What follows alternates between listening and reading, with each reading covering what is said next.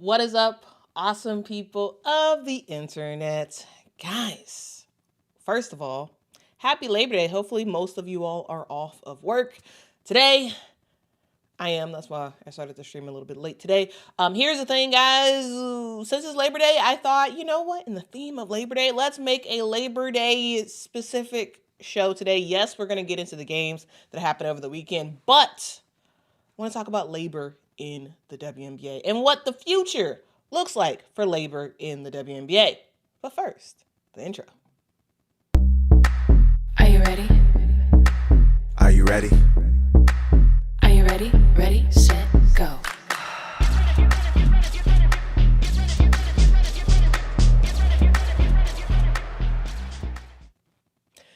All right, ladies and gents, again, thank y'all so much for rocking with me.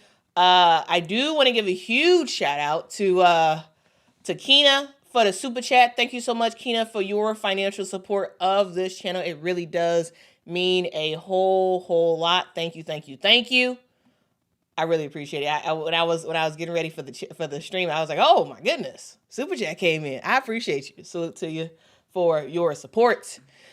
Here's the deal, guys. Today is Labor Day, and maybe some of you all are not in the U.S., and maybe some of you all may not know what is going on when it comes to America and Labor Day. So, in America, today is Labor Day. It's a day about where workers get the day off. Well, most workers get the day off.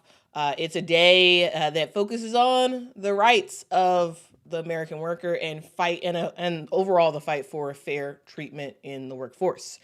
And in the WNBA, that fight is front and center.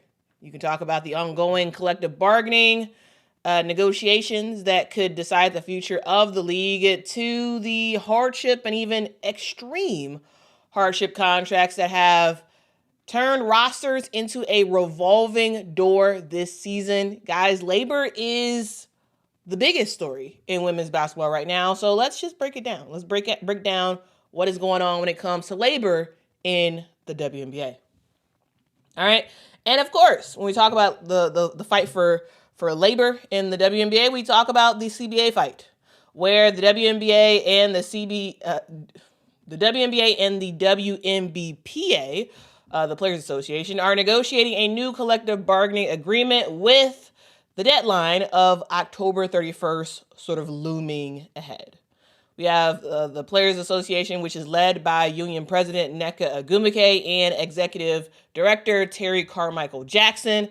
They are pushing for a transformational deal that is centered on revenue sharing and roster expansion. Right now, the WNBA has a salary cap of about $1.5 million per team and a max roster size of 12 players. Many teams actually can only hold 11 players to start the season because of cap pressure.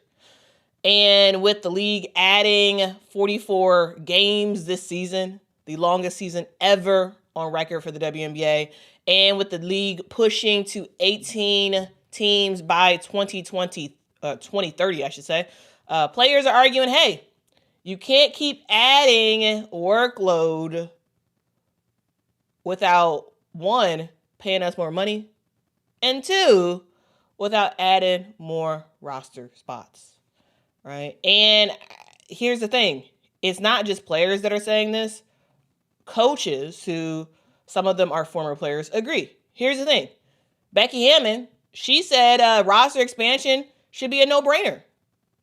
With her saying, quote, you can't add games and not add some way to manage that load. And speaking of managing the load, how are teams doing it? How are teams managing the load? Well, they're doing it through hardships. Here's the thing. Hardship contracts are running wild in the WNBA. Since the WNBA trade deadline, there have been 57 separate roster actions by teams in the WNBA. 57. I literally pulled up the transactions thing and I went one by one and just counted. 57 separate roster actions. Those include signings, waivings, hardship deals, extreme hardship deals, right? That number feels higher than any year before. Now, I have not, and I will go through and literally count the previous year's roster actions after the trade deadline. So I will do that. And I will give you all a comparison of year over year over year over year. This feels like a lot. Now, as somebody who's been watching the game for a long time, like truly, this really does feel like a lot. Like this feels not normal. I don't think it's recency bias. I don't think that's what this is. I really do think that this is incredibly high. If you compare it to years past. Not to say that years past did not have hardship contracts, because they did. This amount, I don't know. And we're gonna do the research. We're gonna do the research, and we're gonna figure out the split from years past into this year. Okay. So again, 57 roster moves since the trade deadline. That's a lot. And a large amount of those have dealt specifically with hardship contracts.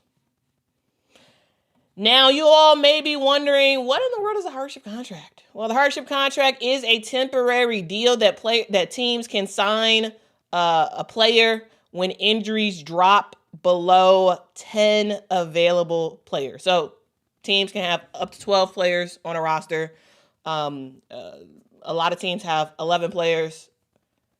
If you get under 10, so 9 and below, you are able to sign a hardship contract player. And here's the thing about that, it's a temporary deal. Usually they're signing for about 7 days. You can continue to re-sign them for more 7 days.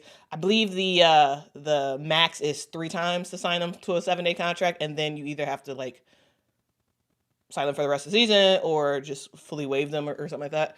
And then somebody else can sign them. Right. So it's a temporary deal. And you can be waived after a couple of days.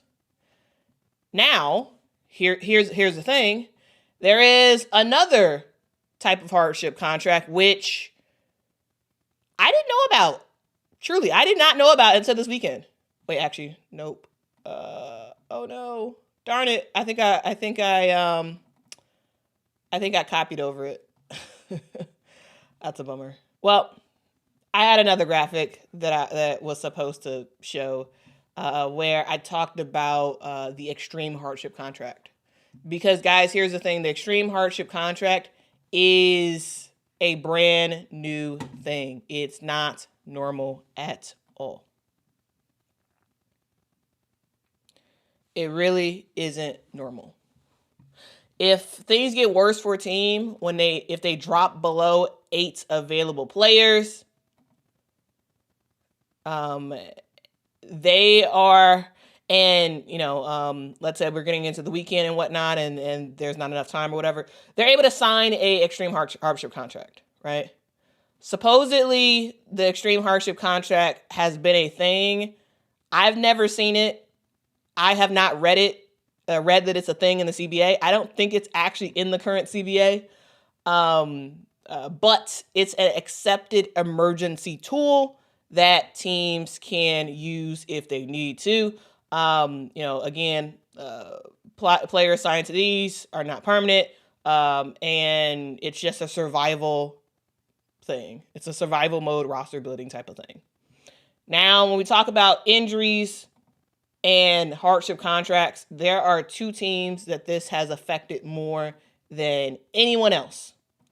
And let's go through the real world examples. All right. So we got 2 real world examples that I want to talk about. And one of them, of course, is Indiana Fever. Like at one point, guys, we had a ton of players out, right? Still for the Indiana Fever, right? Caitlin Clark still out with a groin injury. Erin McDonald, who was a hardship contract player, ended up getting an actual roster spot. She broke her foot. She's out. You got Sydney Colson, who tore her ACL. Sophie Cunningham got an MCL injury. And so on and so on and so on and so forth. Like even Chloe Bibby, who was a hardship contract, even had some injuries as well. Here's the thing, guys.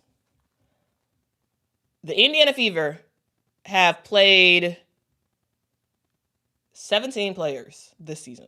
17. They even brought in veteran Odyssey Sims on a hardship deal, but we all know how great Odyssey Sims is when it comes to hardship deals and how she is just able to be like, you know what? I'm about to play my butt off and I'm about to get a permanent spot on this roster. And yes, Odyssey Sims has signed a rest of the season contract with the Indiana Fever. They still have Aerial Powers, who is likely to also eventually sign a rest of the season contract. She is currently on her second 7-day contract with the Indiana Fever. Okay, so that's Fever, 17 players. But 17 is no match for the Dallas Wings, who have played 20 players, guys. 20 players, 20 different players have suited up this year for the Dallas Wings. Right? We ended up seeing that this team have 7 players available. And so the league had to approve an extreme hardship contract so they can sign Kristen Williams, Kristen Williams had 90 minutes to get on a plane to join this team. Right? We've seen Amy Okonkwo, join this team after the trade deadline, and Amy Okonkwo has absolutely done very, very well. She's been scoring in double digits. She's been playing very, very well for the team, extremely well. One of 3 undrafted players to score in double digits consistently. So shout out to her. I think she's awesome. And here's the thing. I want to actually show you guys how bad this situation over the weekend was for the Dallas Wings. According to Front Office Sports, guys, the Dallas Wings vetted 30 plus players in 48 hours to be able to end up signing Kristen Williams to a extreme hardship contract. I want you guys to fully understand what that means. The Dallas Wings, Kurt Miller, who is the GM, and I'm assuming probably somebody else involved with the Dallas Wings. This team had to go through and waste a lot of time going through 30 plus players, vetting them and seeing, maybe calling their agent and saying, oh, are they even in the United States? Can they get to where we need them to get to? Yada, yada, yada. Either directly or indirectly. Vetted 30 plus players in 48 hours just to sign Kristen Williams. And she had to quickly get to the airport in 90 minutes to get to Atlanta to play. The reason why I'm stressing this is because think about the wasted time that took. Think about the unnecessary stress that this has caused. Where you have to go through 30 players, guys.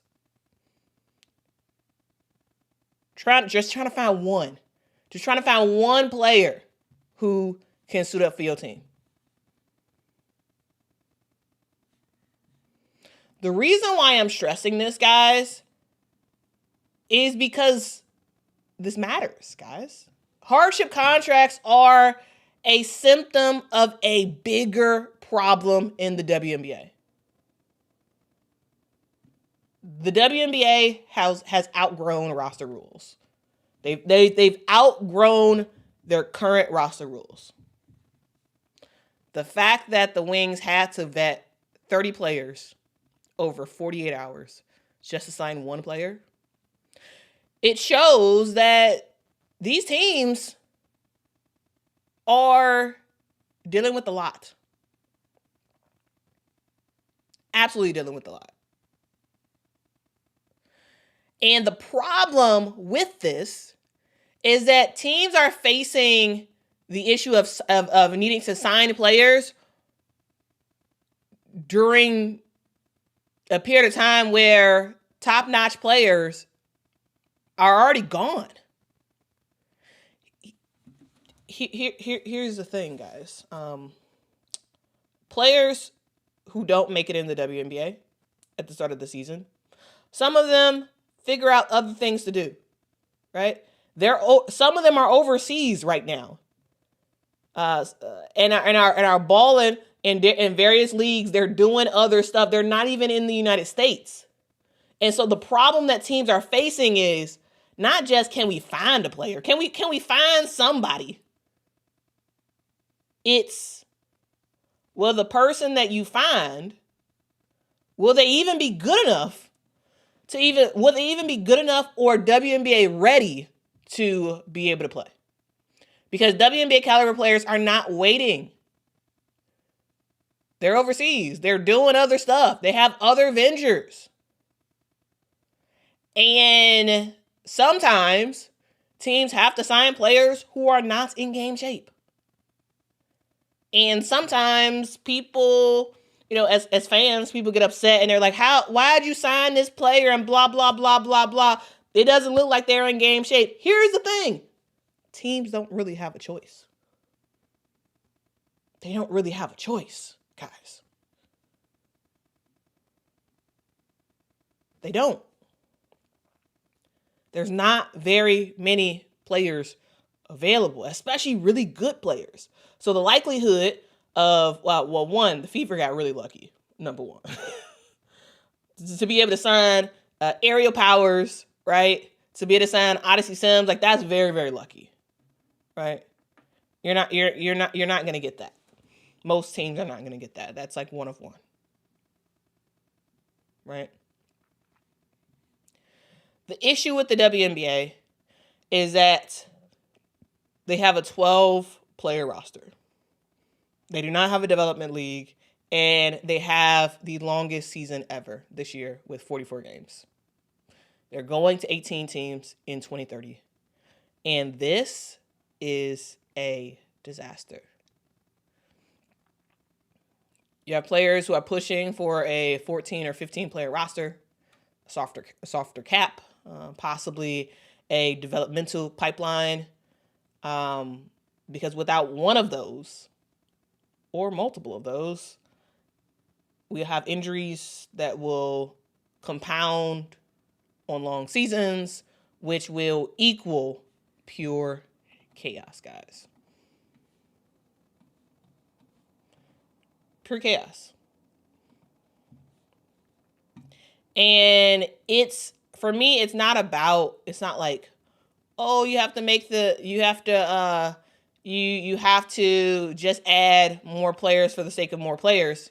Here's the thing. Not only does this derail what teams are doing because they have to go searching for a needle in the haystack, finding a player that's not only in America, not only good, but good enough to immediately fly somewhere and play in a game and be productive. That's hard to find, right? Maybe you'll luck out, but again, that's really hard to find. And it also, the 12-player roster spot thing, it also just hurts when it comes to player development. With so few roster spots, young players, are going overseas, or players who are sort of bubble players are going overseas, and they're trying to figure stuff out, right? And they don't necessarily have the spots necessary. for them to fully develop. Though there are way more freshmen, more rookies this year than in years past. Still, there's an issue overall of development of players, and so it's just a whole issue all around. I'm basically, that's what I'm trying to show, is that this is a whole issue all around. And for me, the key Labor Day takeaway when it comes to the WNBA is that the WNBA has never been bigger, right? We got more games, more expansion, more eyes. Wonderful, right? But the labor conditions have not caught up. Players are signing 7-day contracts. They're scrambling to get on planes to be able to make the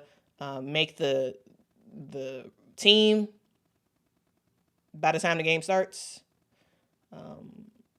And they're doing all this last minute work by GMs just so they can dress at least 8 players for a game. This Labor Day, there's a fight over the CBA.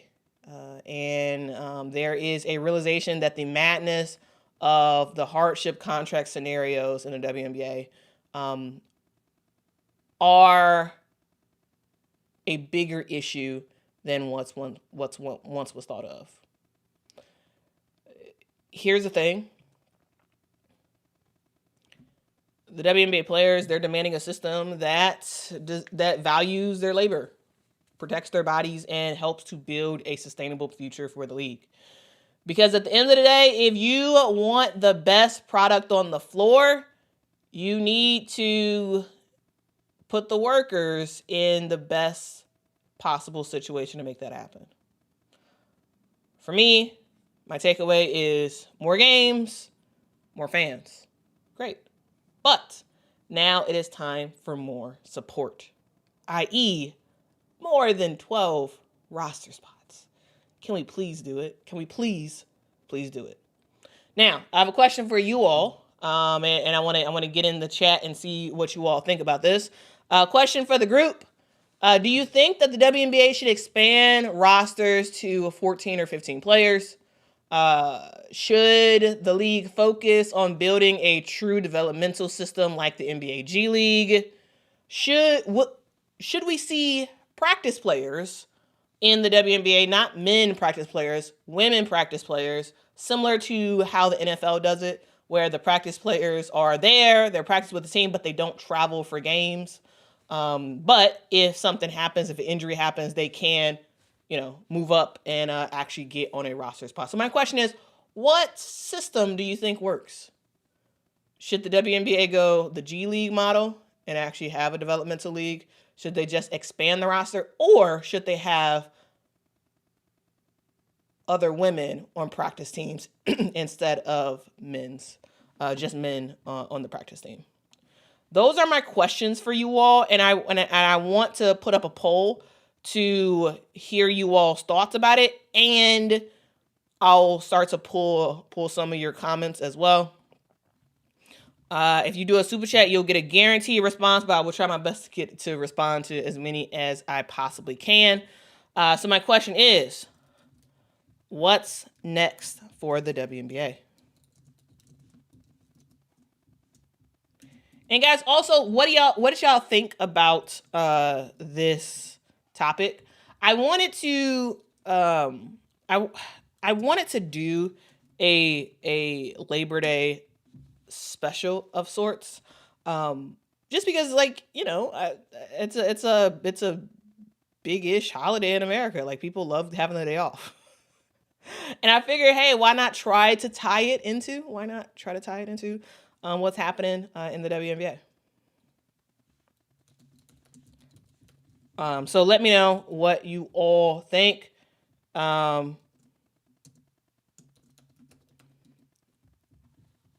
Let me know what you all think.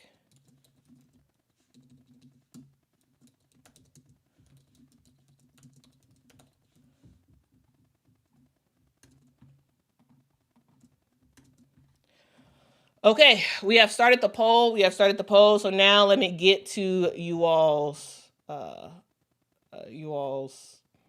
comments.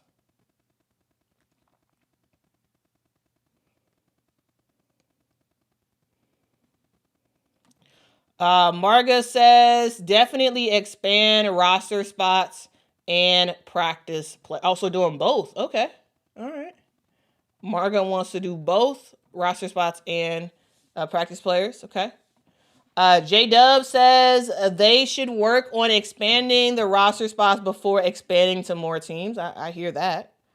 I absolutely hear that. But the poll is up if you all want to participate in that. Sulip says 15 players, franchises will just build super teams, run with 12/13 and spend the whole budget on all-stars. So you're against expand. Well, here's the thing: the WNBA can put in rules around that. Like you can put in rules that say, okay, you can have a team of 15 players, maximum, but you could say minimum 13 players, right? Or minimum 14 players. Like right now, it's a minimum of 11 players, but maximum of 12.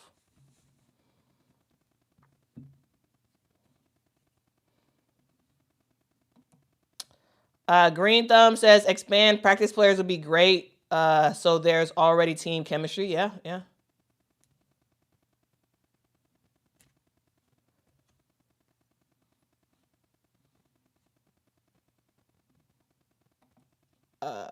Let's see. Sharice says yes to all of what you're saying. Expand the rosters and development league is definitely needed. I see an issue coming, and this is just the start of the problem for real.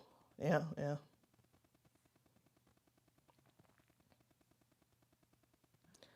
Yeah, we'll see. I really do hope that the WNBA does something. Like this is crazy. Crazy.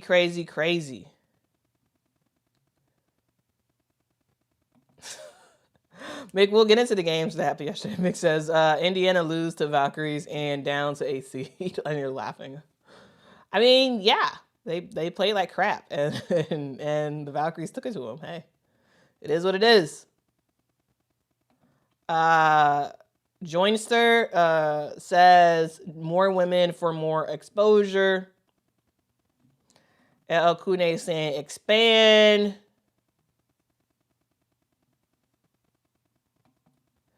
Albert says the New York Liberty has made a significant mistake by not signing any players to hardship contracts despite having used 15 different lineups.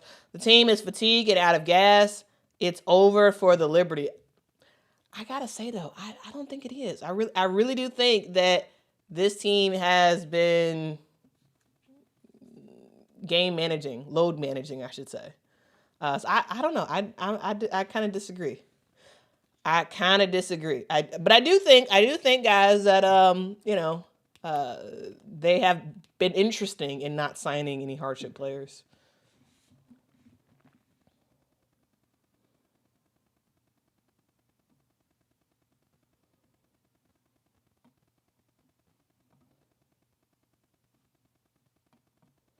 Shamika says, why do a live poll so much pressing buttons is the best? I think you're trying to say, why do we love polls so much? Hey, polls are the best, man. Polls are the best. W Brazil says replace players with AI, no injuries.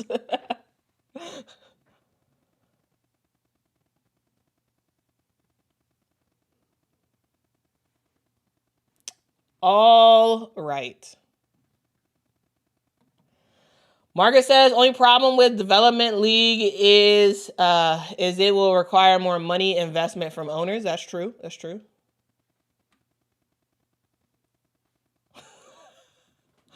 Oh my God, Omega saying fire Coach Stephanie White and bring back Chrissy Sides from Canada. If y'all don't know, Chrissy Sides is coaching in Canada. I believe she's an assistant coach for the Canadian women's basketball team. Anyway, here's the thing. No, yes, the fever. Hold on, we gonna get into the games that happened yesterday, and I think people are severely overreacting. I don't understand why people are so upset. Y'all realize that y'all team has been decimated? Like, I'm just saying, like it wasn't, amazing before everybody got hurt, but like literally, y'all basically have nobody. Like the whole team has dealt with severe injuries to the point where you have hardship after hardship after hardship, right? And also, I told y'all last year, Chrissy Sides was a better coach than y'all gave her credit for. I'm just saying. I'm just saying, okay? No, don't fire Stephanie White. But at the same time, y'all should have put respect on Chrissy Sides' name last year. Because, I mean, she really shouldn't have got fired. She really shouldn't have. Her, Latricia Trammell, and Teaspoon, none of them should have got fired. I get why Chrissy Sides got fired, but at the same time, like, dog, if you saw what she was dealing with and saw how the team improved from her first year to her second year, yes, her second year had Caitlin Clark and whatnot. And people were all mad about you losing certain games and blah, blah, blah. Here's the thing. It's hard to win.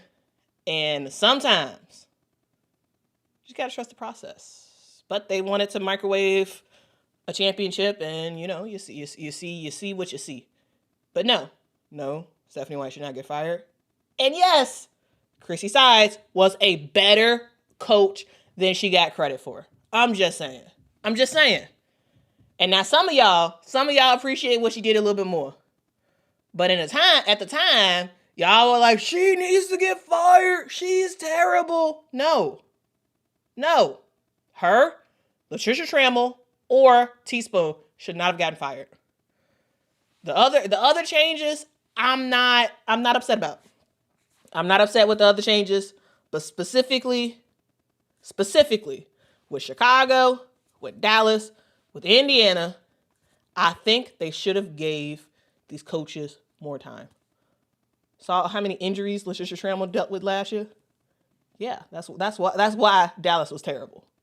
She should have had another year. Because I actually think Dallas would be way better if Latricia Trammell was on the team as the coach. I do. Could be wrong. Could be right. We'll see. But I'm just saying. Just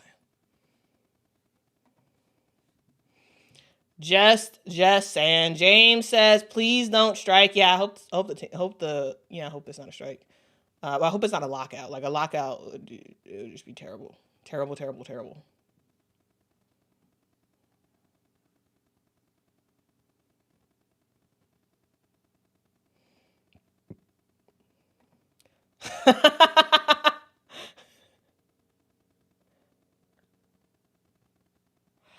Oh man, Rose who says Indiana Fever fans love you until they don't. That's some fans. I mean, you can say the same thing about certain Sky fans and certain other fans as well. But the Indiana Fever have the largest fan base, and so it's whole lot more of them than it is for everybody else.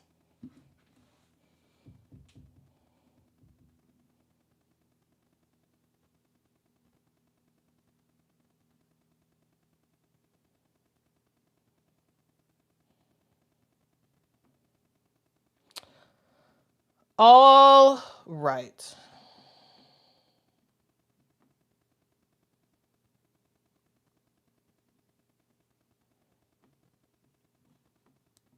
Amelia says, still heard about Teaspoon. Yeah, I still don't like it. Nancy says, absolutely agree on those three. Yeah, those three are great, and they really shouldn't have got fired. I really don't think. I think they did better. They deserve better, I should say.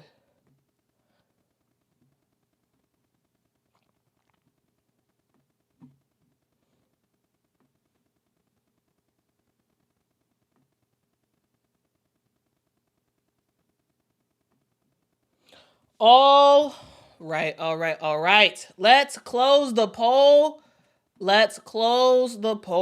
And it looks like the winner of the poll is for the WNBA to expand the roster to 14 or 15 roster spots. So 80% of you all said that.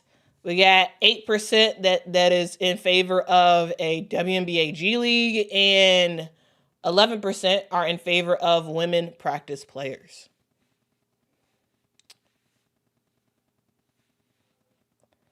All right. Well, that's what y'all have to say.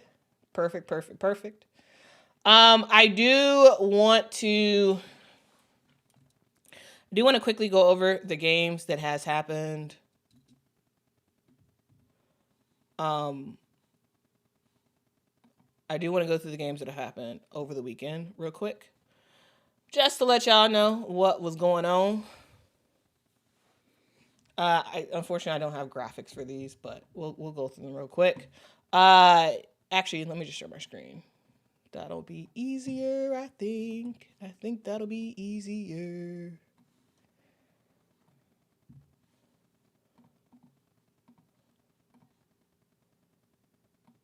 But again, I do want to say thank y'all so much for joining me on a holiday. I know that y'all could be literally still asleep, and maybe some of y'all are like still laying in bed, like half asleep. I don't know. I don't know. But anyway, I appreciate y'all for joining me today. You could literally be anywhere on the internet and you're with me, and I really do appreciate your support so much.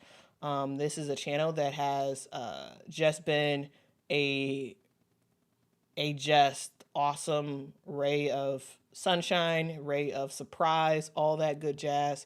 I really love it. I recently did a interview with Beyond the W, and I was just talking about the channel, and just talking about how I didn't expect what has happened to the channel, like the fact that we have grown to where we have gotten to. Now, yes, have we had a downturn in viewership and whatnot? We have. However, just the fact that we are even here, that we have garnered the support that we have gotten to because of you all, because people know about the awesome people of the internet. They know that you all are a thing. Like, I just love it. I love it.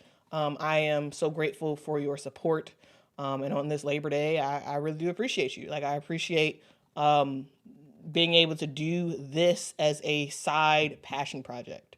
I love the W. I watch it. I love women's basketball. And the fact that I'm able to do this is just really, really cool. It is very, very cool. And I just want to say thank you. So you all rock. Thank you for your support. You all are really literally the reason for the awesome people of the internet. You all are the reason why this is a thing. And so I greatly, greatly appreciate your support. Okay, really do. Okay. All right, let's get into the games over the weekend. Just want to go through them real quick. We did see the Dallas Wing go into Atlanta and get killed. Remember, guys, there were so many players out for the Dallas Wings. And if you all want to go down a list, let's just go down a list of who was unavailable. There's a long list of players who were unavailable. We had Louisa Geisel-Sorter, who was out. Ty Harris, of course, was out for the rest of the season. Isaiah James was out. Haley Jones was out. Arike Agumbawale was out. JJ Kennerly was out. Lee Rue was out. And, of course, we get the result we get. Dallas loses pretty badly to the Atlanta Dream. The Atlanta Dream are rocking and rolling. This is a team that is trying their best to compete for that number 2 spots in the WNBA.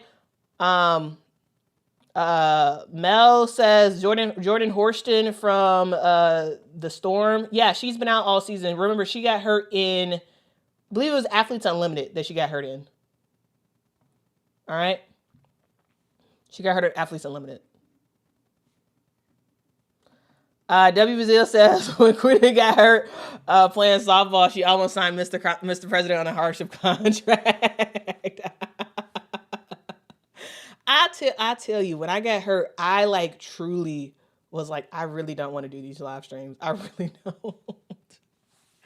It took so much for me to even do the live streams when I got hurt. Like I just couldn't stand it. I really couldn't. I was just like, this don't make no sense. This makes no sense at all. But yeah, anyway. W. Brazil is hilarious. All Mr. President would be doing is he would just sit there and then he'd lick himself and then he'd run away. All right. Anyway, let's continue talking about what's actually going on. We did see Maddie Seegers have a really good game against the Dream for the Wings. However, she was literally no match for the likes of Ryan Howard, who, when she is knocking down threes, y'all, she can't be stopped. She really can't be stopped. 24 points for her. We saw Alicia Gray do her thing as well. And then Tahina Paopao is continuing. Like, I don't know. It's been like a yo-yo of sorts for Tahina Paopao. She was getting a lot of minutes, and then it felt like the minutes were going away, and now it's back. So shout out to Tahina Paopao. She is someone who can do a little bit of everything, and I love how she is more of her facilitator bag, especially in that game. And I love to see it. I absolutely love to see it. I love to see it. Anyway, let's talk about the Indiana Fever versus the LA Sparks. Now, guys, I gotta say this was a heartbreaker of a game for the LA Sparks. Can I just say that is that okay to say, or am I gonna be accused of wanting the Fever to lose? Like it was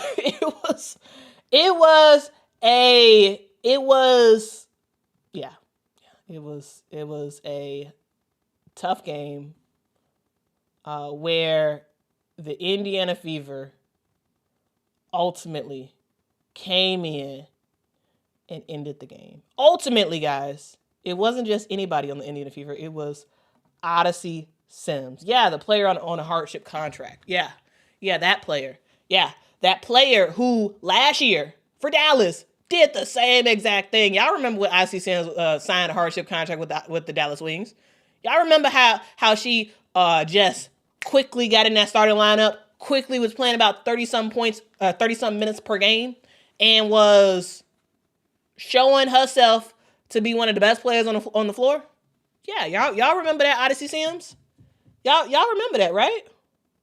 Y'all remember what Odyssey Sims did? And the reason why Odyssey Sims now has a rest of the season contract with the Indiana Fever is because of literally how she took over against the LA Sparks. Even finishing the last the bucket to ultimately get the Indiana Fever the win. I gotta say, guys, LA had a chance, right?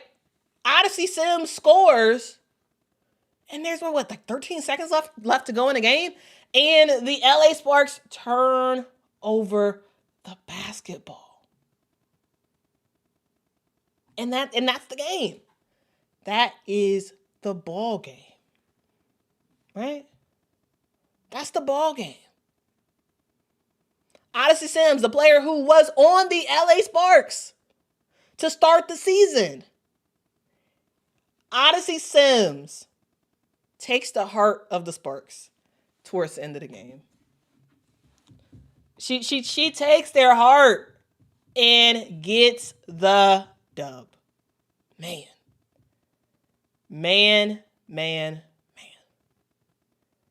You gotta hate to see it. Or if you're a Fever fan, you gotta love to see it. Hey, dog. Odyssey Sims came in there and she was like, "Yeah, I was on y'all team earlier. Y'all didn't really want me anymore. And so let me snatch your heart. Let me snatch your heart." That's what she did. Man, that is what she did. That is what she did. Hey. It is what it is. It is what it is. Marie says Indiana hustled for that win and took advantage of Sparks' mistake. Yeah, they absolutely did. And the LA Sparks, they were in they're in win now mode, right? This team is trying to compete for a playoff spot. They're in a neck and neck battle with the Indiana Fever, and they got the chain took from them. At home, guys, they had their chain took from them. I'm just saying. That's kind of. But shout out to Odyssey Sims, though.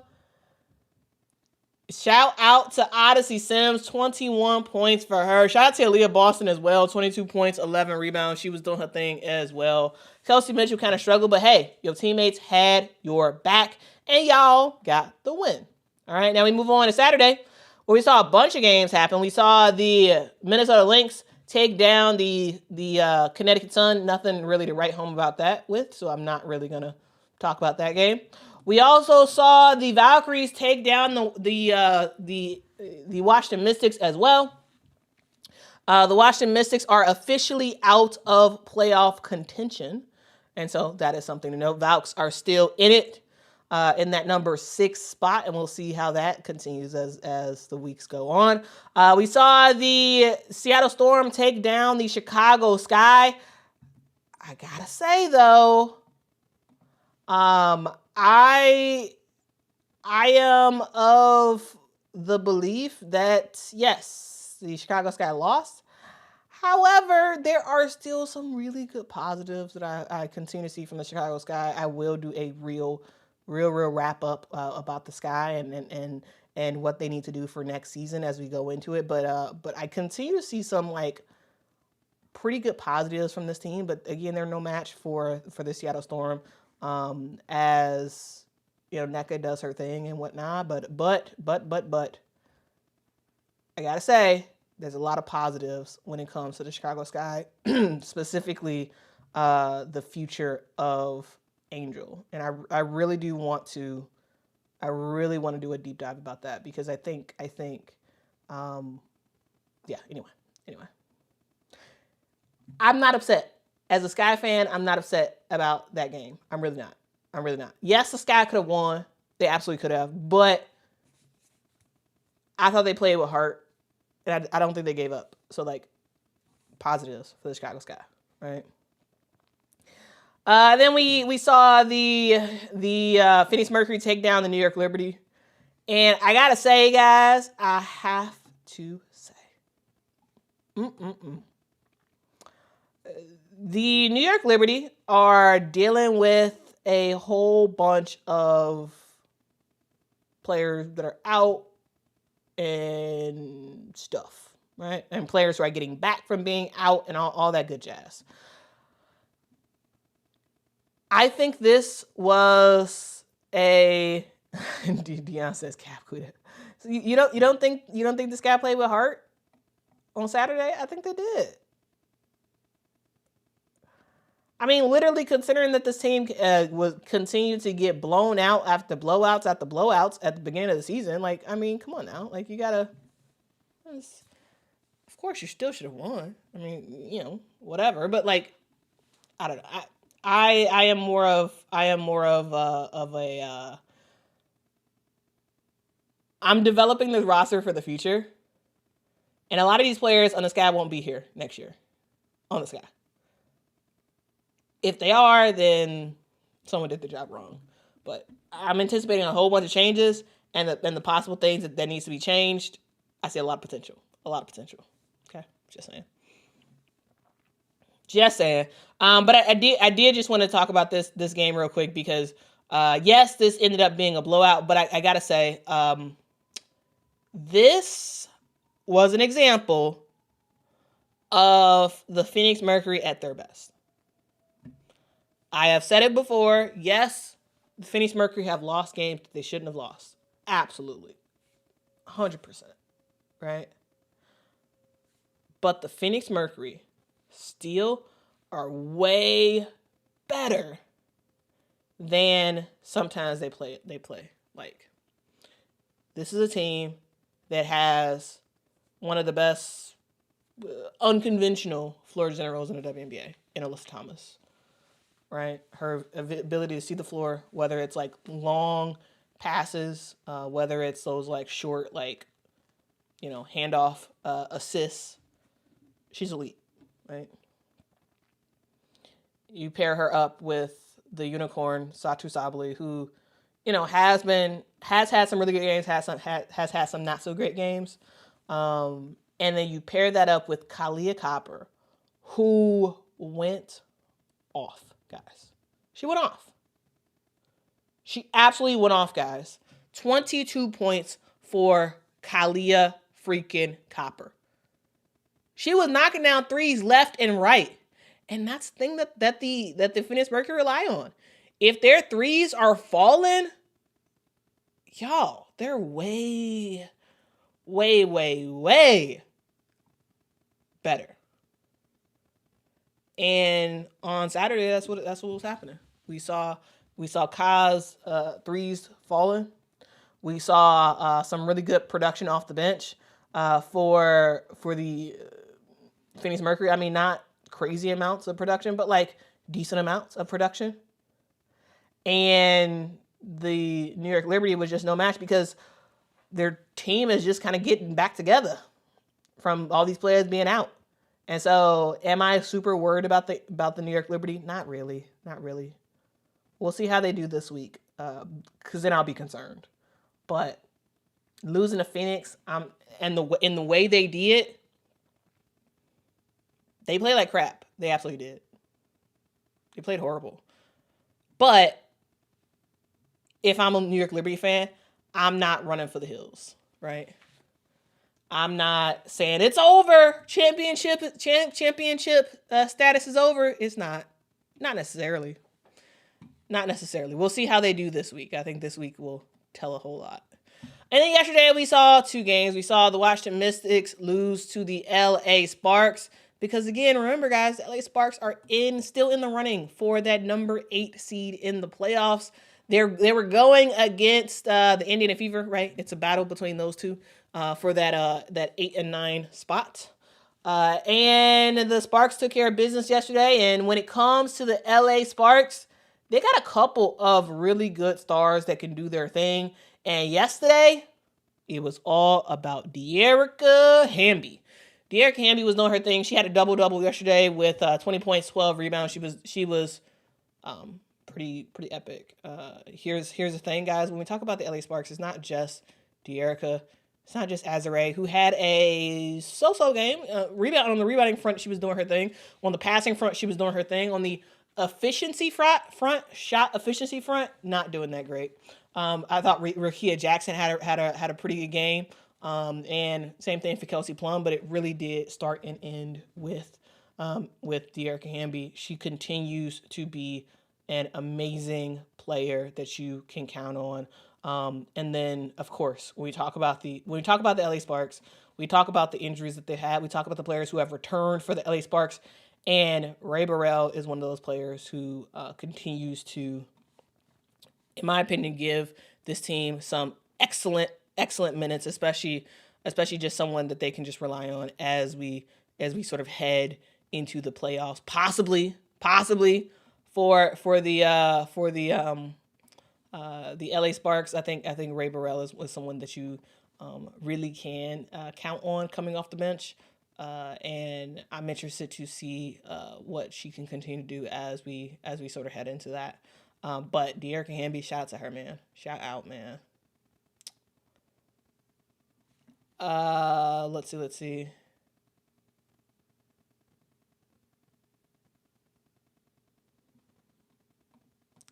Dion, why do you hate Hamby's game? De'Erica Hamby's awesome. She is awesome.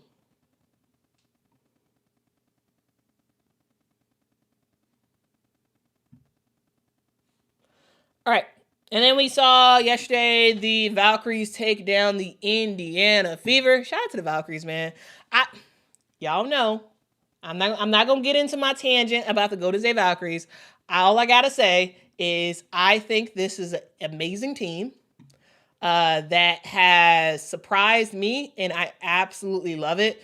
The Golden State Valkyries, they came into this game with their foot on the gas against the Indiana Fever, and they never really let up. Of course, the game was kind of close throughout the entirety, but like they never really gave up. And guys, when we talk about the Golden State Valkyries, this is a team that shoots. I believe they shoot more threes than everybody in the WNBA. Like they are a 3-point heavy team. They're a team that lives and dies by the three. They do, and they are okay with it. But when I tell you when the Golden State Valkyries knock down them threes, it is hard to beat them. It's hard to beat them. And yesterday, it was all about what is she, French? The amazing Ilyana Rupert. Ilyana Rupert is a post player. And here's the thing. There was one game where the Valks played Chicago, and I think it was Ilyana Rupert and Janelle Salon who was just shooting three after three after three. I was just like, oh my God. I was so upset. And then yesterday, FIFA fans got some treatment of that. They had that treatment. Well, where Ilyana Rupert was just knocking them things down, man. They were knocking them things down. Ilyana Rupert, 5 of 8 from the 3-point line. 21 points. Guys, what we talking about? Man, oh man.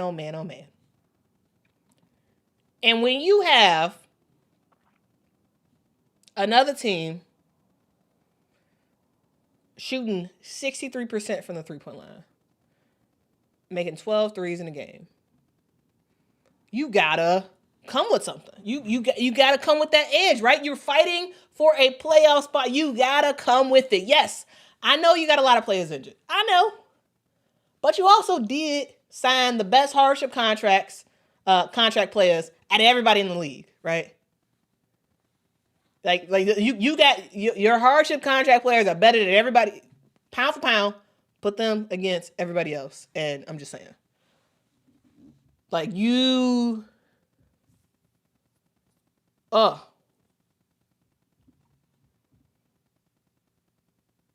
some good players on hardship contracts, and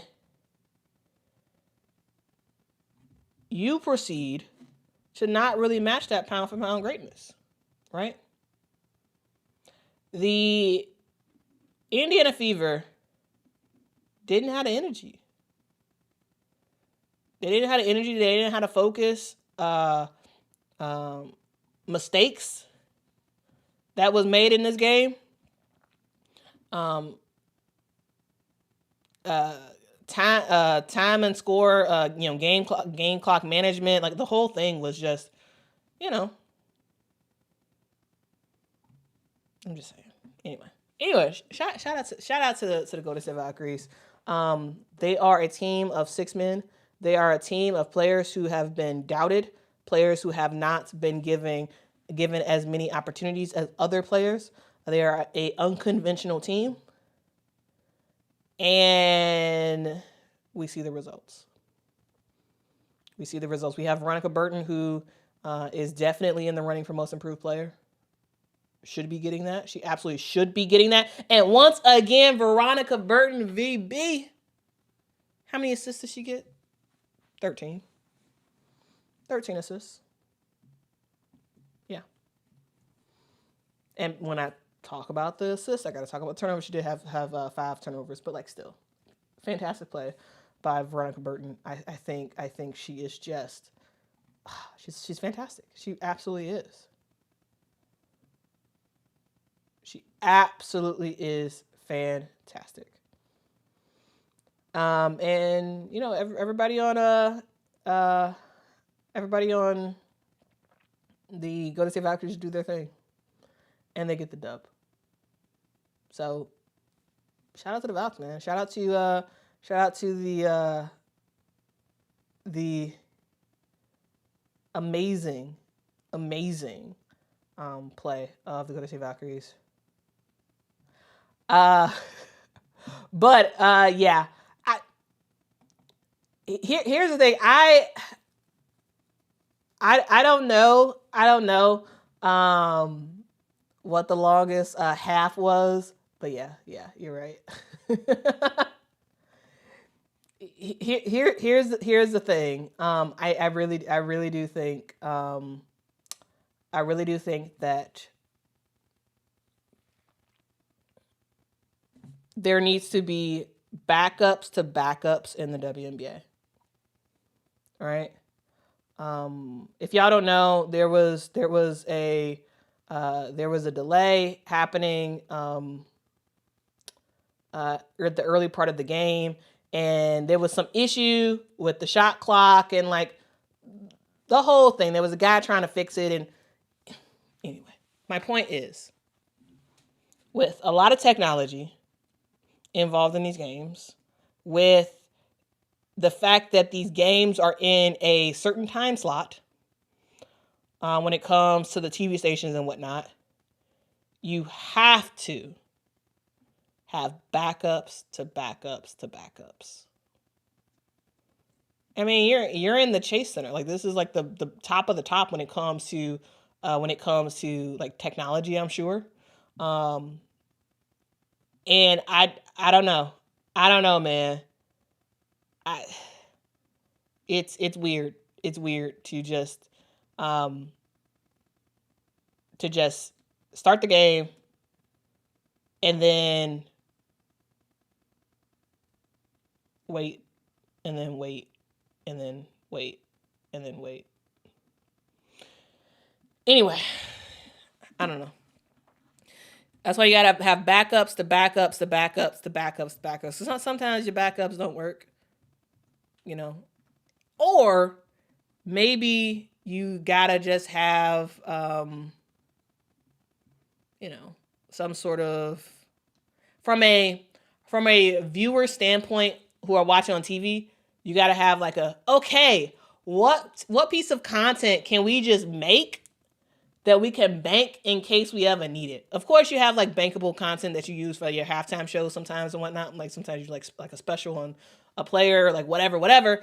But like, you need to, I guess you need to have more bankable content. So then it looks more like a feature of like, oh yeah, we spoke to blah blah blah about blah blah blah. Here's that feature or whatever.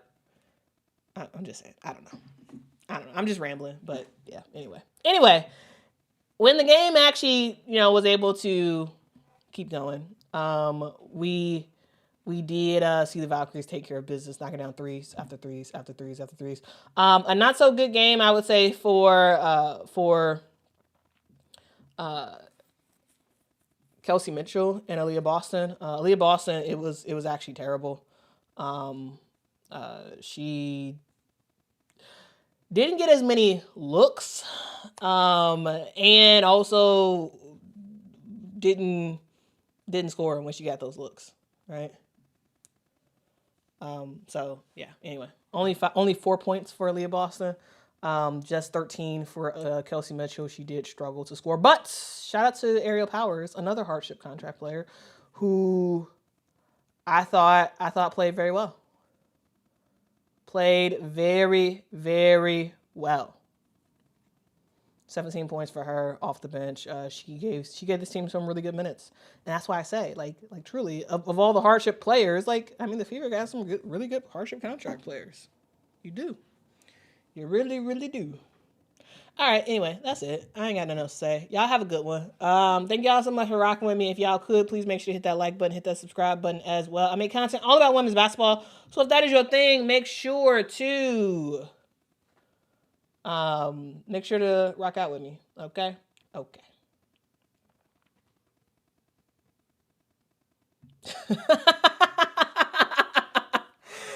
Oh man. Tulip. Oh man. So, sometimes Tulip, you are hilarious. Okay, guys. That's my stream. I ain't got nothing else to say. I hope y'all have a great one. Enjoy y'all day off if y'all have a day off. I do, but my parents are throwing a party, so I'll be working the whole day, even though I'm not working.